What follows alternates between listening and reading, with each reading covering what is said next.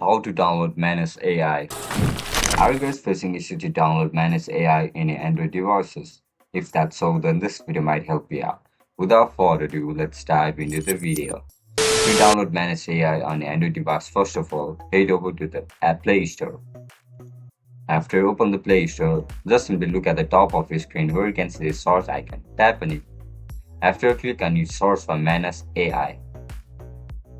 After you search for it, you will be able to see this option from Manus AI, company by Butterfly Effect PT.lt. Just simply select the second option. After you select it, you can see the option for install. Tap on install. As soon as you click on install, the app will start to download. It will take some time, it will vary according to your Wi-Fi speed. So as you guys can see, the app is downloading on our Android device. If the app gets downloaded, it will appear on your home screen. And that's it guys, that's how you're gonna download Manus AI on your Android devices. If you guys found this video helpful, don't forget to like, share and subscribe to our channel. Bye bye.